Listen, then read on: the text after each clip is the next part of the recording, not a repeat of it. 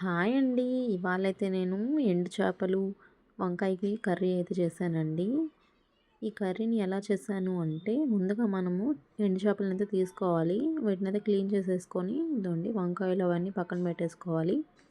ముందుగా మనం ఒక మట్టి పాత్ర అయితే పెట్టేసుకొని, అందులో కొంచెం ఆయిల్ అయితే వేయాలి. అంటే కర్రీకి సరిపడా ఆయిల్ వేసేసుకొని, అందులో అయితే మనము ఇందాక క్లీన్ చేసేసి పెట్టుకున్నాం కదా! ఆ చేపలైతే వేసేసుకొని లైట్‌గా ఫ్రై చేసేసుకోవాలనమాట. ఇక ఇలా చేయడం వల్ల ఏంటంటే మనము ఈ చేపల్ని కర్రీలో వేసేటప్పుడు అవి విరిగిపోకుండా బాగుంటాయన్నమాట. అందుకని ఇలా లైట్గా ఫ్రై చేసేసుకొని వీటి కొంచెం గోల్డెన్ కలర్లోకి వచ్చిన తర్వాత ఇవైతే పక్కన తీసి పెట్టేసుకోవాలి. చూడండి ఇలా గోల్డెన్ కలర్లోకి వచ్చిన తర్వాత ఇలా సైడ్ తీసేసుకొని పెట్టేసుకోవాలన్నమాట.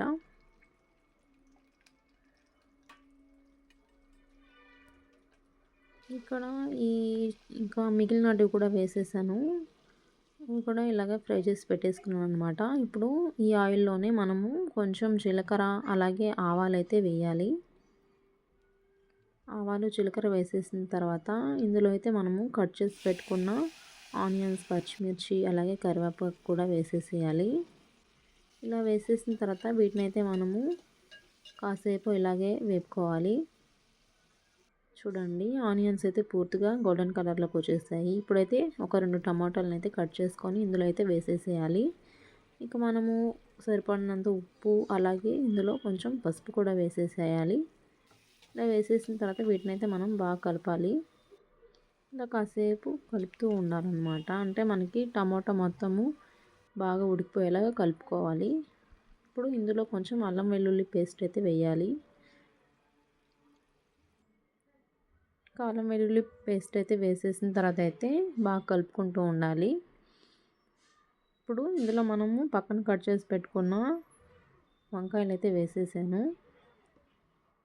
ఇంకా ఈ వంకాయలన్నీ వేసేసిన తర్వాత వీటినైతే మనం బాగా కలుపుతూ ఉండాలి.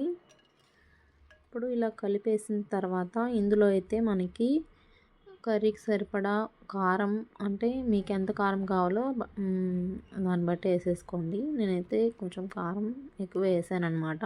ఇంకా ఇందులోనే ధనియాల పొడి అలాగే కొంచెం మిరియాల పొడి కూడా వేసాను, ఫ్లేవర్ అయితే బాగుంటుందనేసి. ఇంకా వేసేసిన తర్వాత అయితే మనము వేపుతూ ఉండాలన్నమాట. ఇప్పుడైతే పక్కన చింతపండు రసం అయితే వేసానన్నమాట. లైట్గా వేయాలి, ఎక్కువ కాకుండా. ఇందులో మనకి కర్రీకి సరిపడా నీళ్ళు కూడా వేసేసేయాలి. ఇలా వేసేసిన తర్వాత ఉప్పు సరిపోయిందో లేదో చూసేసుకొని కాసేపు మూత పెట్టేసి ఉడకబెట్టేసేయాలన్నమాట. ఇప్పుడు చూడండి కర్రీ అయితే ఉడుకుతూ ఉన్నాయి.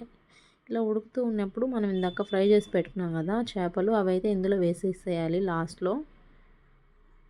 కర్రీ చూడండి ఉడుకుతూ ఉంది. ఇప్పుడైతే ఇందులో మూత పెట్టేసిన తర్వాత కాసేపు ఉంచి తీయాలి. చూడండి మన కర్రీ అయితే రెడీ అయిపోయింది. టేస్ట్ చాలా చాలా బాగుంది. మీరు కూడా తప్పకుండా ట్రై చేయండి. వీడియో మీకు నచ్చినట్లయితే లైక్ చేయండి. అలాగే మన ఛానల్ని తప్పకుండా సబ్స్క్రైబ్ చేసుకోండి. Thanks for watching.